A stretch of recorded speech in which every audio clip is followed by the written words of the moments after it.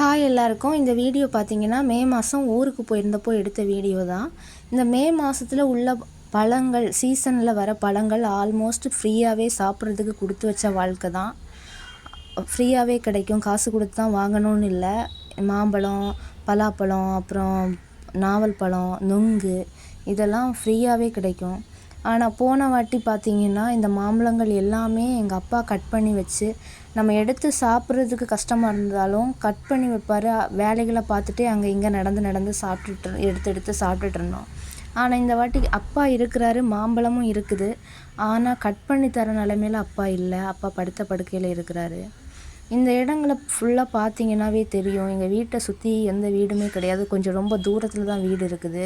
இங்கே இருந்து ஒரு ஆபத்துன்னு கத்துனா கூட ஓடி வர்றதுக்கு யாரும் இல்லை. நம்மளை கொலை பண்ணி போட்டுட்டு போனதுக்கப்புறம் தான் அடுத்த வீட்டில் உள்ளவங்க வருவாங்க. அந்த தூரத்தில் இருக்குது வீடு. அப்போ டைமில் எல்லாம் என்ன தெரியுமா தோணும், சின்ன வயசில் ஒரு ஸ்டேஜில் எல்லாம் தோணும், நம்ம பாட்டுக்கு நம்ம இருக்கிறத தின்னுட்டு நிம்மதியாக இருந்துகிட்ருக்குறோம். நமக்கு அவங்க தொல்லை இவங்க தொல்லை எல்லாம் கிடையாது. நம்ம ஒன்று சொன்னதை கேட்டு அங்கே போய் சொல்ல, அங்கே சொன்னதை கேட்டு இங்கே சொல்ல, அந்த பிரச்சனையே இல்லை. அந்த மாதிரி தான் முன்னாடியெல்லாம் இருந்துகிட்டு இருந்துச்சு. இப்போது அப்பா உடம்புக்கு முடியாமல் படுத்த படுக்கையாக ஆனதுக்கப்புறம் தான் அந்த ஒரு கஷ்டம். அக்கம் பக்கத்தில் பேசுவோம், பேசாமலாம் இருக்க மாட்டோம், போவோம் கொள்ளுவோம். ஆனால் நம்ம வீட்டை தொட்டு வீடுகள் எல்லாம் கிடையாது பக்கத்தில். எல்லாமே அக்கம் பக்கத்தில் வீடை தொட்டு வீடுகள் இருக்கணும்னு சொல்கிறது இதுக்கு தான்.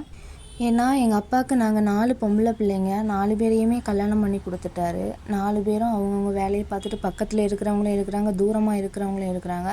என்ன தான் பக்கத்தில் இருந்தாலும் கல்யாணத்துக்கு அப்புறம் ஒரு குடும்பங்கள் ஆனதுக்கப்புறம் நம்ம ஓடோடி வந்து நம்ம அப்பா அம்மாவை பார்க்கணுங்கிறது ரொம்ப கஷ்டமான ஒரு விஷயம்.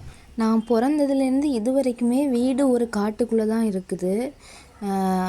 ஆனாலுமே அப்போ டைம்லலாம் நான் குழந்தையாக இருக்கும்போதெல்லாம் இதை விட அதிகமான காடாக இருக்கும்.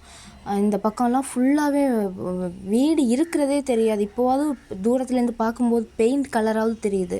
முன்னாடியெல்லாம் வீடே தெரியாது. அவ்வளோ சுற்றி மரங்களும் காடாக தான் இருக்கும். அப்போ கூட ஒரு நாள் பயந்தது கிடையாது. நம்ம காட்டுக்குள்ளே இருக்கிறோன்னு பயந்தது கிடையாது. ஃபஸ்ட்டாக இந்த வீட்டுக்கு பயப்பட்டது எப்போன்னு கேட்டிங்கன்னா, எங்கள் அப்பா உடம்பு முடியாமல் ஆகி ஹாஸ்பிட்டலில் போய் அட்மிட் பண்ணிவிட்டு வீட்டுக்கு வந்து பார்க்கும்போது ஏதோ ஒரு பெரிய விஷயம், ஒரு ஆலமரமே சரிஞ்ச மாதிரி பயம். அவ்வளோ ஒரு பயமாக இருந்தது. வீட்டுக்கு தனியாக போகவே முடியாது இதுக்கப்புறம் அப்படிங்கிற மாதிரி ஒரு பயம் வந்துச்சு மனசுக்குள்ளே. உண்மையாக அதை இது வரைக்குமே ஃபீல் பண்ணதே கிடையாது. அந்த ஒரு பயத்தை இத்தனை வருஷமாக ஃபீல் பண்ணதே கிடையாது.